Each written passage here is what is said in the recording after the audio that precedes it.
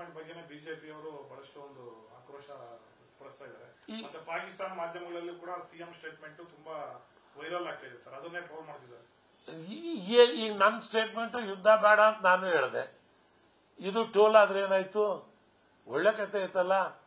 ಸಿದ್ದರಾಮಯ್ಯನವರು ಒಬ್ಬ ಮುಖ್ಯಮಂತ್ರಿ, ರಾಜ್ಯ ನಡೆಸ್ತಿರ್ತಕ್ಕಂಥವ್ರು. ಯುದ್ಧ ಆದ್ರೆ ಏನಾಗತ್ತೆ ಗೊತ್ತು, ಗೆಲ್ತೀವಿ ನಾವು, ಅದ್ರಾಗ ಏನು ಅನುಮಾನವಿಲ್ಲ. ಆದರೆ ಲಾಭ ನಷ್ಟ ಎಷ್ಟು? ಆದ್ರಿಂದ ಪರಸ್ಪರವಾಗಿ ಶಾಂತಿಯುತದಿಂದ ಮಾತುಕತೆ ಮಾಡೋದಕ್ಕೆ ಸಂಭವ ಇದೆಯೇ? ಇದನ್ನು ನೀವು ಪಾಕಿಸ್ತಾನವ್ರಿಗೆ ಕರೆದ್ಬಿಟ್ಟು, ನೋಡಯ್ಯ ನೀನು ಇದನ್ನ ನಿಲ್ಲಿಸದೇ ಇದ್ರೆ, ನವಾಜ್ ಶರೀಫಿಗೆ ನಾನು ಹೇಳಲಿಲ್ಲ ಕಾಶ್ಮೀರ್ ಎಲೆಕ್ಷನ್ ನಡೆದಾಗ, ನಾನೇ ನವಾಜ್ ಶರೀಫಿಗೆ ಫೋನ್ ಮಾಡಿದೆ, ಕಾಶ್ಮೀರ್ ಎಲೆಕ್ಷನ್ ನಡೀತಾ ಇದೆ, ಹುಷಾರ್, ಒಂದೇನಾದ್ರೂ ಗೋಲಿಬಾರ್ ಅಥವಾ ಒಬ್ಬ ಟೆರರಿಸ್ಟ್ ಏನಾದ್ರೂ ನುಸುಳಿ ಬಂದ ಅಂತ ಹೇಳಿದ್ರೆ ನಾವು ಲಾಹೋರ್ ತನಕ ಬರ್ಬೇಕಾಗತ್ತೆ ಅಂತ ಎಚ್ಚರಿಕೆ ಕೊಟ್ಟ ಮೇಲೆ ಒಬ್ಬ ಮನುಷ್ಯ ಕಾಶ್ಮೀರಲ್ಲಿ ಸತ್ತಿಲ್ಲ. ತೆಗೆದು ನೋಡಿ ರಿಕಾರ್ಡು, 96ರಲ್ಲಿ ಕಾಶ್ಮೀರ್ ಎಲೆಕ್ಷನ್ ಅಲ್ಲಿ ಯಾರಾದ್ರೂ ಸತ್ತಿದಾರ? ಇವತ್ತು ರಿಕಾರ್ಡ್ ಇದೆ.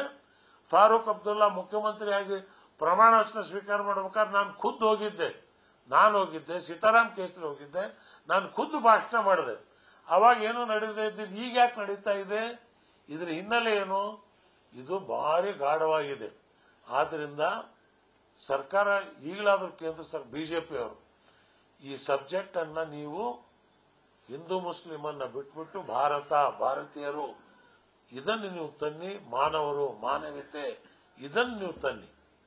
ಅದು ನಮಗೆ ದೇಶಕ್ಕೂ ಒಳ್ಳೆಯದು, ಮಾನವ ಸಮಾಜಕ್ಕೂ ಒಳ್ಳೆಯದು. ನ್ಯೂಸ್ ಫಸ್ಟ್ ನಿರ್ಭೀತಿಯಿಂದ ನಿಮ್ಮ ಪರವಾಗಿ.